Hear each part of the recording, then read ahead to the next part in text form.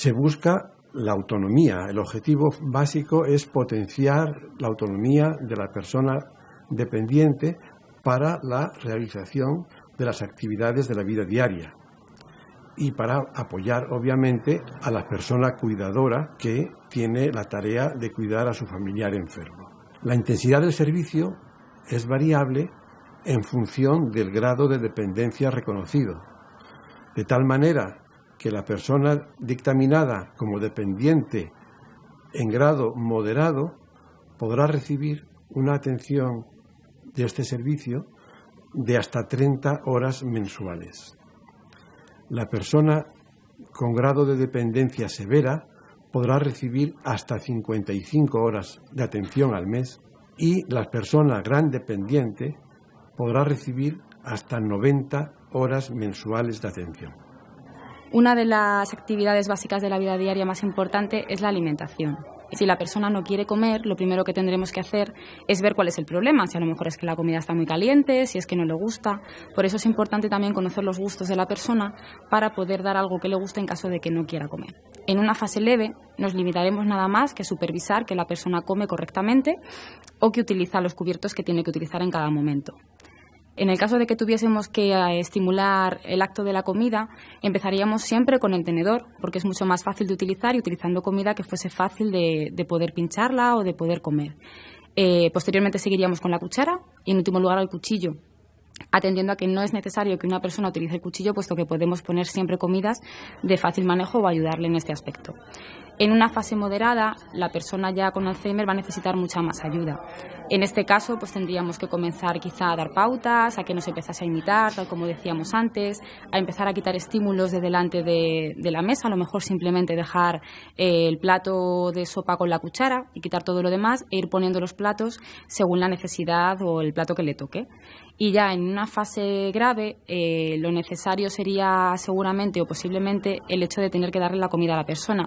De todas formas, aunque seamos nosotros el que damos la comida, podemos utilizar pautas como pues cogerle la mano para que sea él, aunque seamos nosotros los que realizamos el movimiento.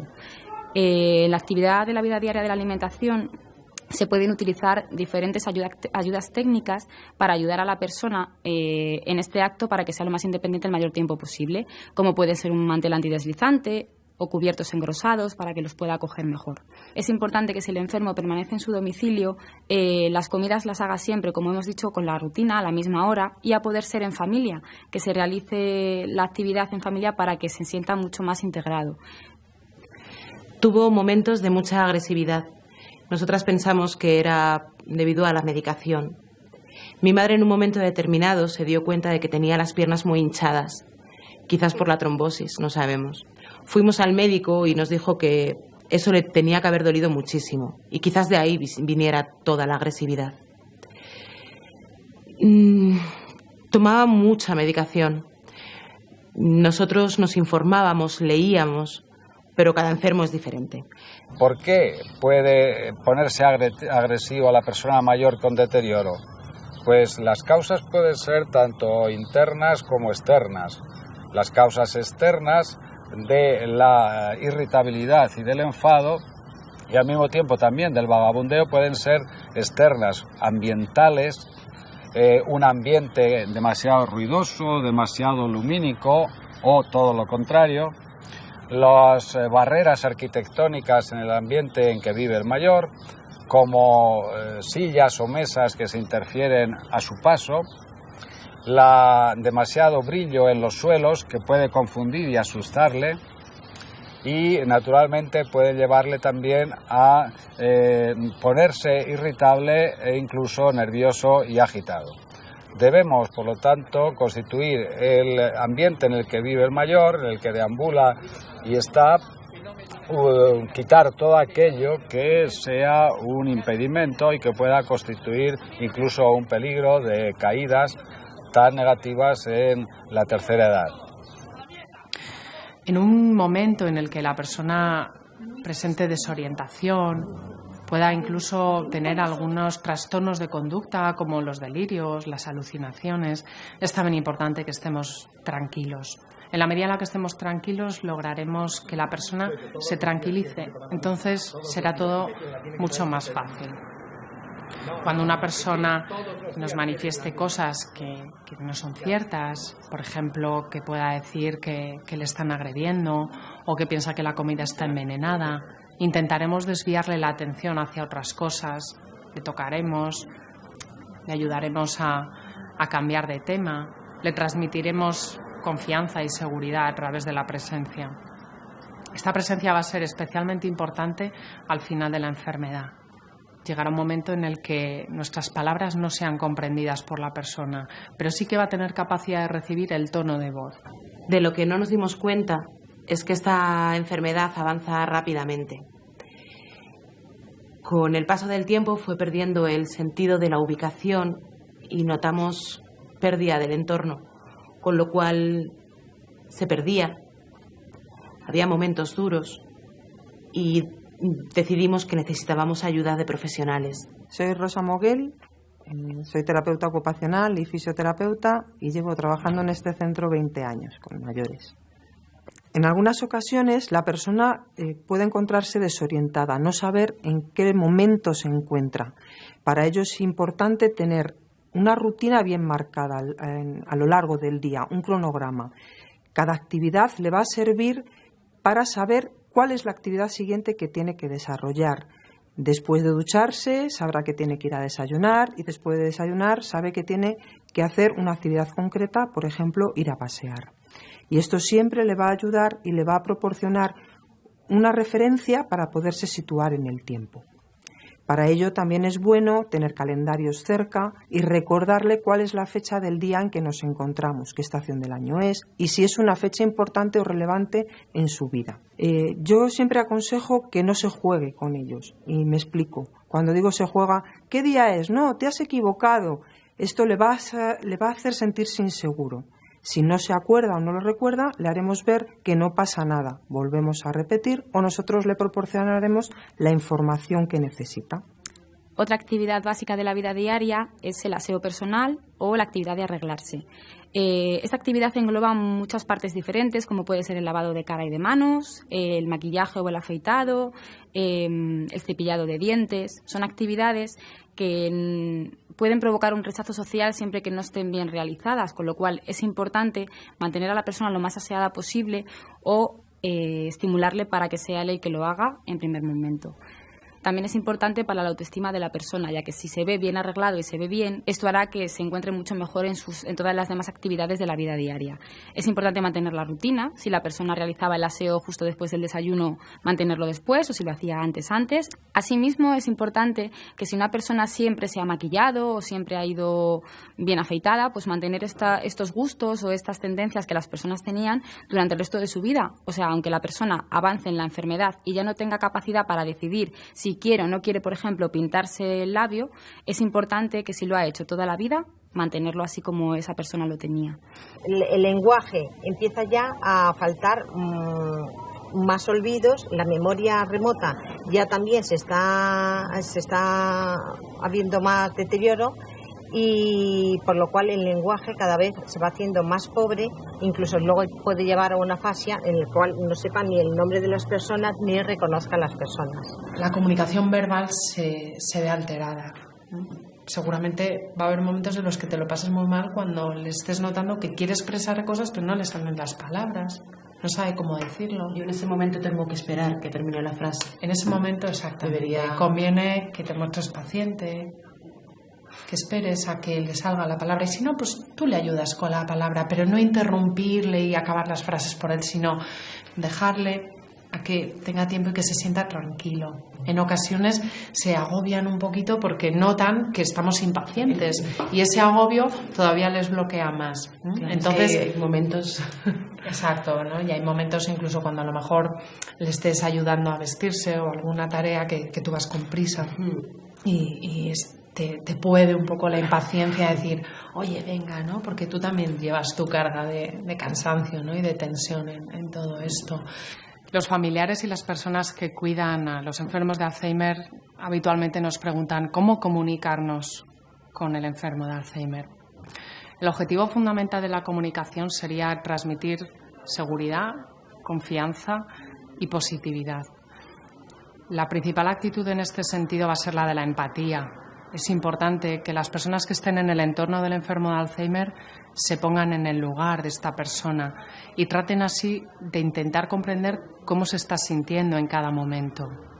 En un primer momento es posible que podamos percibir su tristeza, su confusión, la lucha que tiene por mantenerse autónomo cuando va perdiendo capacidades, el estar cercano, ser comprensivo, permitir un clima de escucha, de apertura, de confianza, le va a hacer al enfermo sentirse muy tranquilo y muy acompañado por sus seres queridos. Cuando una enfermedad degenerativa como es el Alzheimer va produciendo un proceso progresivo en la pérdida de nuestras capacidades, nuestro cerebro aún conserva la capacidad de reajustar las estructuras para poder equilibrar estas pérdidas que se van produciendo. En todo este proceso nosotros podemos ayudar estimulando, haciendo un entrenamiento de todas las habilidades que hemos ido desarrollando a lo largo de nuestra vida. Por el caso contrario, cuando nos adelantamos a las pérdidas y realizamos ayudas o producimos ayudas que la persona no necesita en ese momento, no solamente estamos acelerando el proceso degenerativo, sino que también la persona se sentirá frustrada, con sentimientos de inutilidad y de tristeza.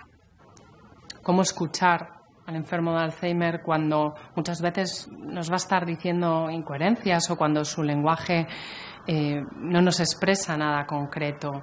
Le tenemos que ayudar, a veces devolviéndole palabras que le ayuden a denominar aquello que nos está pidiendo. Por ejemplo, nos puede estar señalando algo y no saber muy bien cómo denominarlo y le indicaremos: ¿quieres un plátano? ¿Tienes hambre? Utilizando frases sencillas, cortas, sin muchas palabras que adornen la frase pero que le hagan confundirse. Es mejor ofrecerle: ¿te apetece comer una manzana?, a decir: ¿hay alguna cosa que te gustaría comer y no sabes muy bien decirme el qué? Utilizar un lenguaje muy sencillo, con un tono de voz tranquilo, pausado.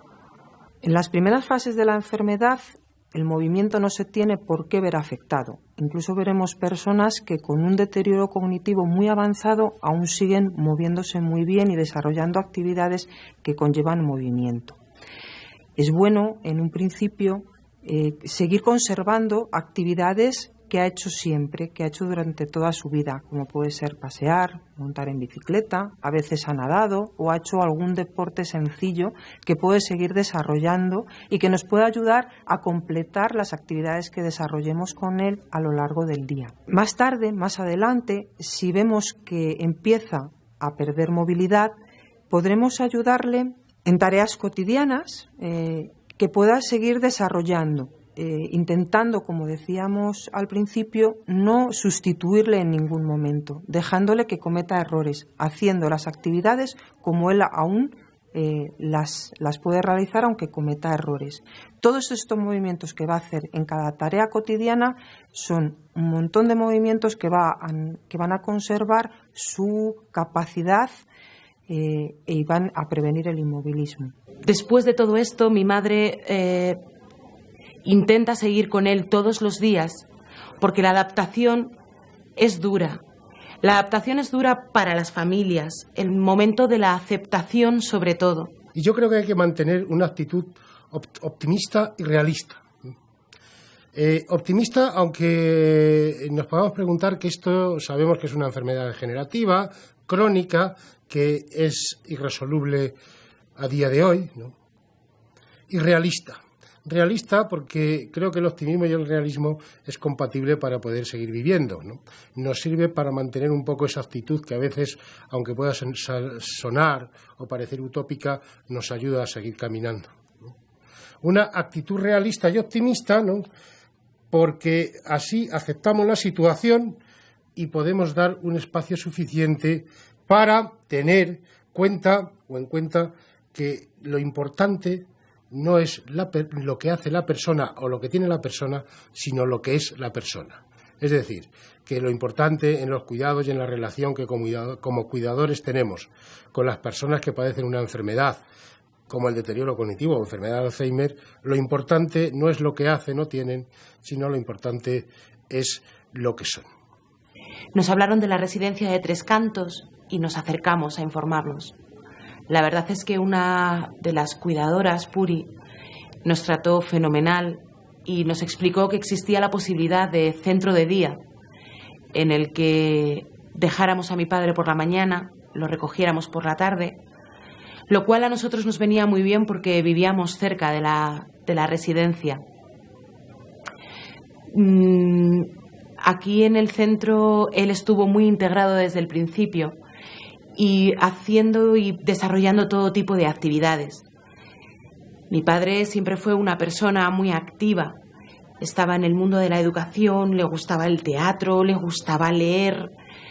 Y el centro de día le daba la posibilidad de desarrollar todas esas actividades y participaba de todas ellas. El centro de día es un servicio que presta atención integral a la persona dependiente durante un número de horas en el día, con la finalidad de promover su autonomía personal. Y allí, en este centro, se prestan una serie de atenciones de carácter personal, como terapia ocupacional, fisioterapia, atención psicológica, y al mismo tiempo